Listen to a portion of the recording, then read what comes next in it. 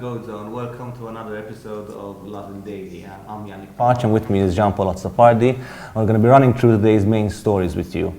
Today's show will also feature an interview with local singer Aidan, who will be speaking to JP about his latest single, Naħseb Fik, amongst other things.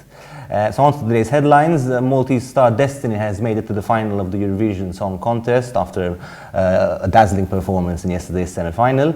Education Minister Justine Caruana has withdrawn a stalking complaint against the ex-wife of former footballer Daniel Bogdanovic. Nationalist MP has proposed giving money from COVID-19 fines to frontliners as a bonus for their work during the pandemic. The police have arrested a hitman, as a suspected hitman in 2018 Gozo murder. And Melita has launched its 5G network as Malta joins a handful of countries worldwide with nationwide coverage. Absolutely. So on to our first story. Destiny has done it. She's made it to the Eurovision Grand Final. I think to no one's surprise, to be honest. Everyone knew that the Maltese starlet would make it through after what was an incredible performance last night in Rotterdam. Destiny is one of 10 singers to make it through the Eurovision Grand Finals, which will be held on Saturday, the 26th May, along with Norway, Israel, Russia, Azerbaijan, Lithuania, Cyprus, Sweden, Belgium, and Ukraine. Following her incredible performance last night, I think social media just exploded with a lot of praise and encouraging words for what was a spectacular performance. And in fact, that was reflected as well in the official bookmakers' odds, with Destiny shooting back up to third place behind just Italy and France. Now Destiny has an 18% chance to win the Eurovision come Saturday. I think it's encouraging news, after a dramatic week with regards to her dress and whatnot, and odds tipping up and down. But to see, Destiny's up there. She spoke after about how confident she felt, how great she felt about the performance.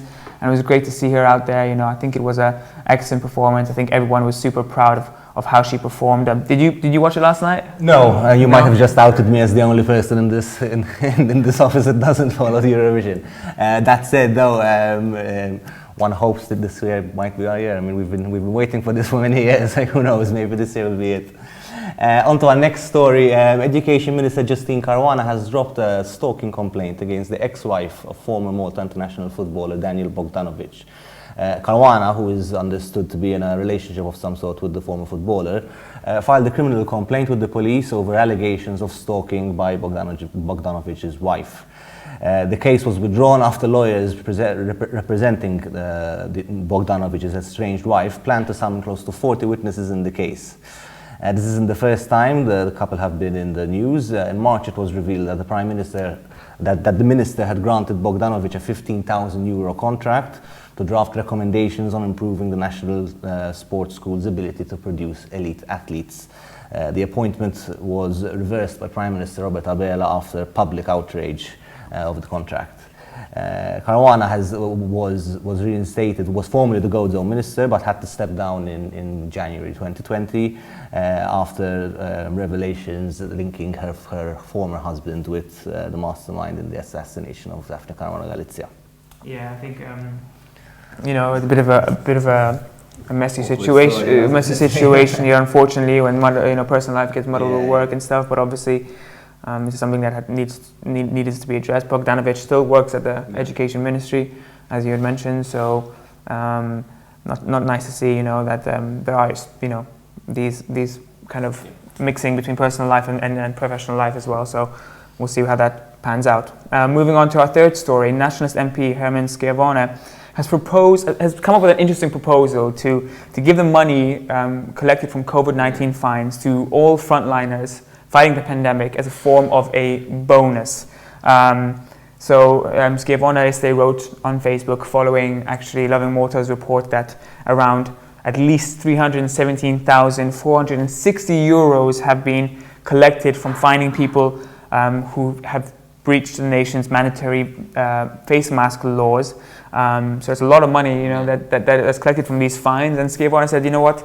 I think it should be put to good use and should be given to our frontliners who have been fighting the pandemic for over a year in the form of a bonus. I think a lot of people welcomed the idea. It got quite a good reaction, and I can see it being good use of the money in a sense. I suppose you'd have to do the question then arises: how do you define frontliners, and who exactly were the frontliners? We were frontliners, right? We were journalists, press conferences and stuff. I think of food delivery people, to be honest, who kept us indoors, and like without whom probably it would have been a lot more difficult. But yeah, it's a good proposal and definitely a good way in which the money can be spent. So the police have arrested a suspected hitman believed to have carried out the 2018 murder of Egyptian national Walid Salah Abdel Motaleb Mohammed in Gozo. He was discovered dead in a field in Arp back in January 2018. At the time of his murder, he was facing drug trafficking charges and had already served a prison sentence for threatening to throw acid at his partner's face. The police believe the man was killed in the field where he was discovered, and he had last been spotted driving through Victoria the day before the murder. It is now understood that the police have arrested a Serbian national who had been spotted with the victim a few hours before the murder. The man is believed to have been hired to do the job and is not the mastermind in the case, though the arrest will hopefully lead the police to further breakthroughs in solving this case. Yeah. Now, three years later, I mean, it seems in this case, since Aidan Cassar has kind of become commissioner, things are starting to move forward in cases that I consider to be somewhat simple, given that we're a small island and there's only so many people on it. That's taken 3 years to find a hitman who stayed here on the island. He didn't flee and whatnot. It's taken 3 years, but definitely a kind of puzzling case, and the fact that the mastermind is still out there. But good to see that, obviously, even though it took 3 years, that the hitman has been identified, or at least a suspect, and has been taken in by police. But definitely a murder that kind of was shocked people back when it happened. There was a strange one, like you mentioned, there was involvement of acid. The man was found in a field with shotgun pellets by his side, and you think with so much evidence lying around that you'd be able to pinpoint the hitman straight away. There was CCTV footage of his car, or another car that he had got into driving onto the Gozo Channel ferry. So, yeah, it's taken 3 years, but better late than never, I guess. Better late than never. And I said Aidan Cassar seems to be doing quite a number of things, much better than his predecessor.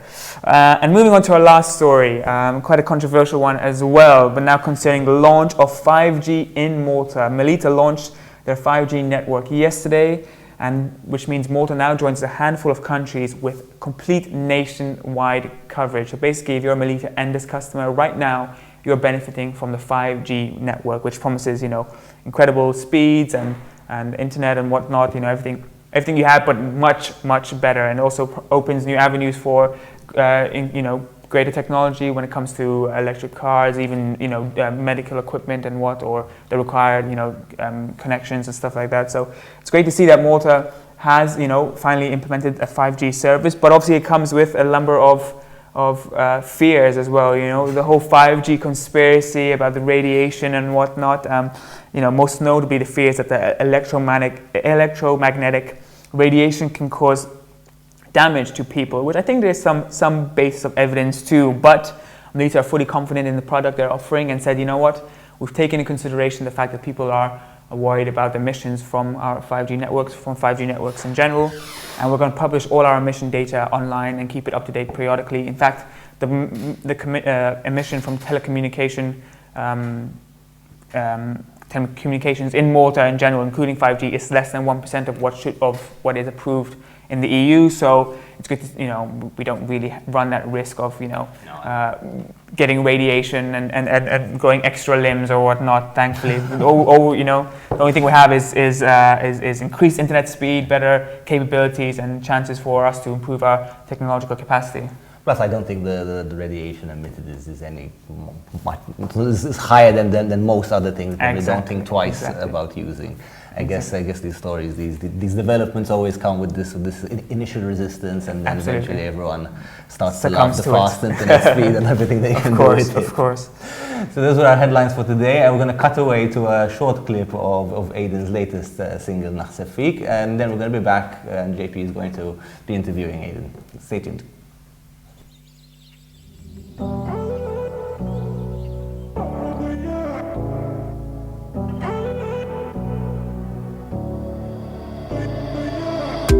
Kif l-istorja ġiet magħluqa basket bħallajta ta' tarbija lil-ħajja donna bdiet ser tarani għal dak li jien jitfit mal-mura ta' kull filgħodu nħares f'għajnejk u dejja jirtodu nimxu l-modija fejn ninsew kull ġie se nkun qed nistenni kull sekonda nara ġurnata ndur ma' nafs insir ħares trid f'għajnejja sift il-melodija u ktibta bil-bisima fir-rima se nsemmik ħadkun taf kemm sirt naħseb fik jana hey ħadkun taf kemm sirt naħseb fik jana hey ħadkun taf kemm sirt naħseb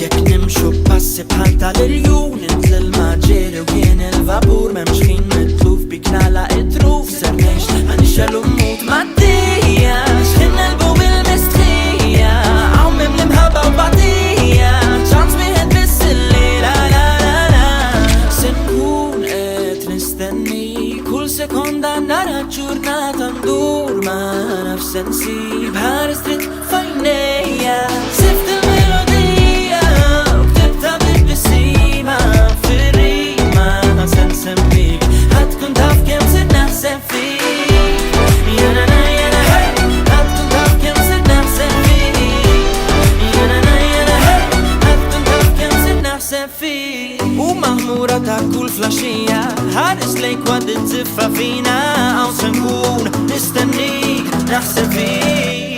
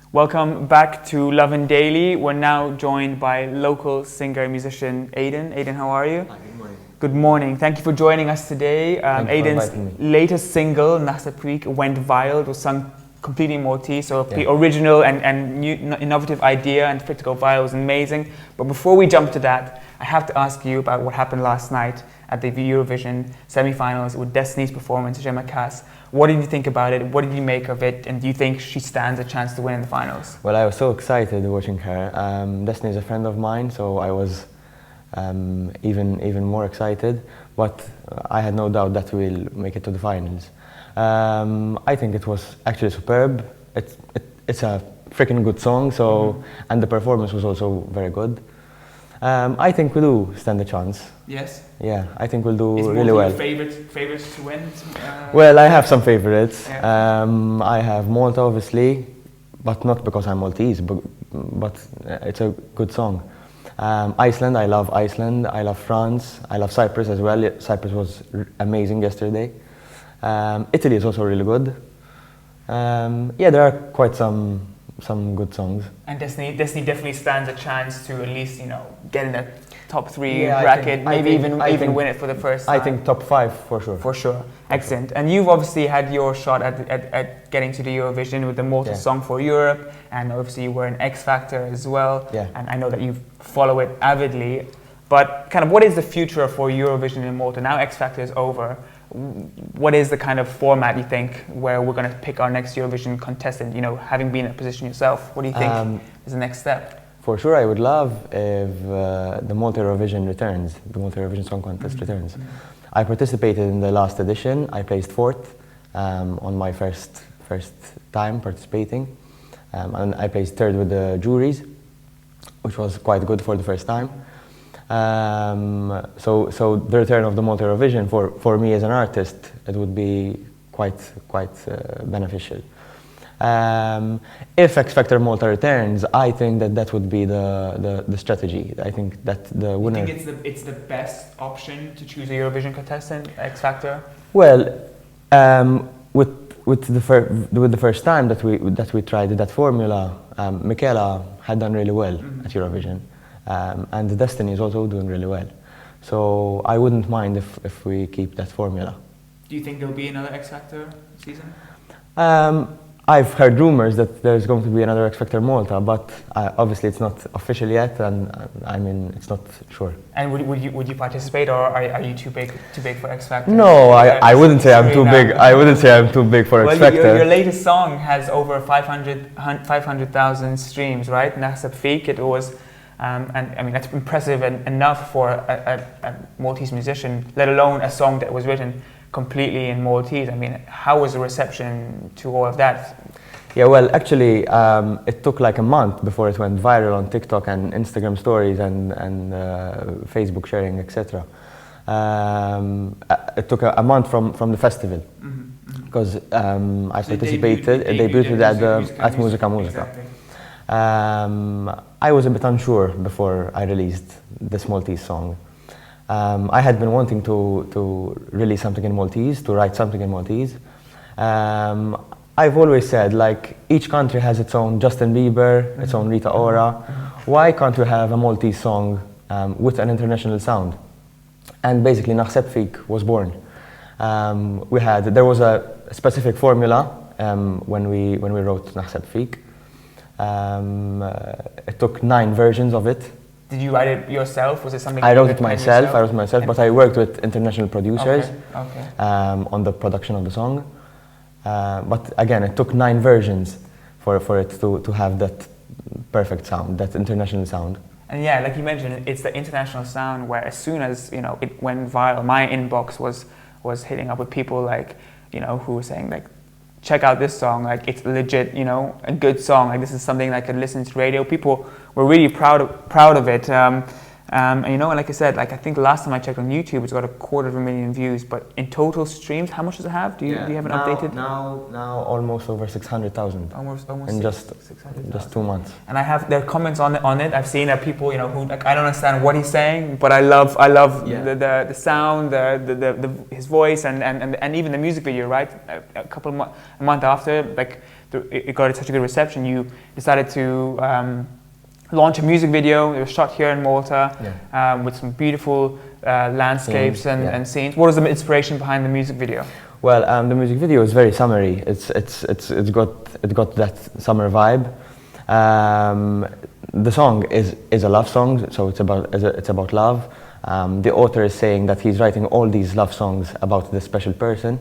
I didn't write it for a specific person. No, so it's not anecdotal for you. No.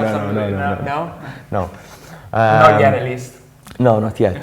But again, mentioning the streams, I've had quite a good reception with it, even from international fans. I've had over 50,000 streams from international streams, and I've had quite a good number of comments saying like, I don't understand Maltese, I don't know what you're saying, but I can sing throughout the song, you know. What about like international record labels or producers and stuff? Have they reached out to you after the song and expressed some interest? Well, in September of last year, I signed a contract with a UK label. So Naħseb Fik was also released through this label. But also currently I'm working with Warner France on songwriting. Basically during the pandemic, I got the chance to write more songs and focus on songwriting. And I've been writing. I worked with various international producers, and basically right now I'm again working with Warner France and this UK label. But yeah, I'm looking forward for more. Yeah. So before we go to the future, let's touch on the pandemic. You had mentioned, you know, obviously it's a tough time for everybody, musicians especially, but you mentioned that you were busy writing. Were you, like, how did the pandemic affect the musician? Like, were you, did you have nothing to do, or did you find other stuff to do? Like, how was it being a musician throughout the pandemic? Well, luckily I had the chance to at least have like 2 or 3 concerts during the pandemic. I had one in July, then I participated in the New Year's Eve variety show that was live on the national television, on TVM. But yeah, mainly I had to focus on songwriting. Luckily, I'm a songwriter myself, so I kept writing and writing and writing and writing. I focused on getting different sounds from my voice. I also worked with other Maltese singers on different genres and different styles of music. But basically that was it. I mean, the pandemic hit every industry really badly, so. Absolutely, I mean, now things are opening up. You have a hit single under your belt, and hopefully in a few months' time we can start going to gigs and concerts again. Well, what does the future look like for you now? What are some of your future plans and ambitions? Well, I can't wait to sing Naħseb Fik at clubs and festivals, that's for sure. But also I'm working on new material, both in English and Maltese, obviously, now that the reception was really good. Now that formula works, right? Yeah.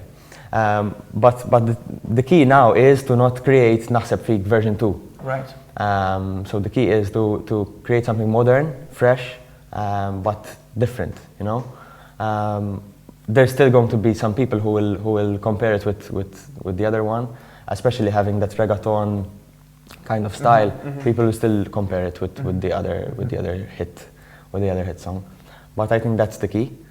So I'm looking forward to release more music. Absolutely, I'm looking forward to hearing it as well. I'm sure the rest of Malta are super excited to see what you have yet to release, especially after your latest hit single.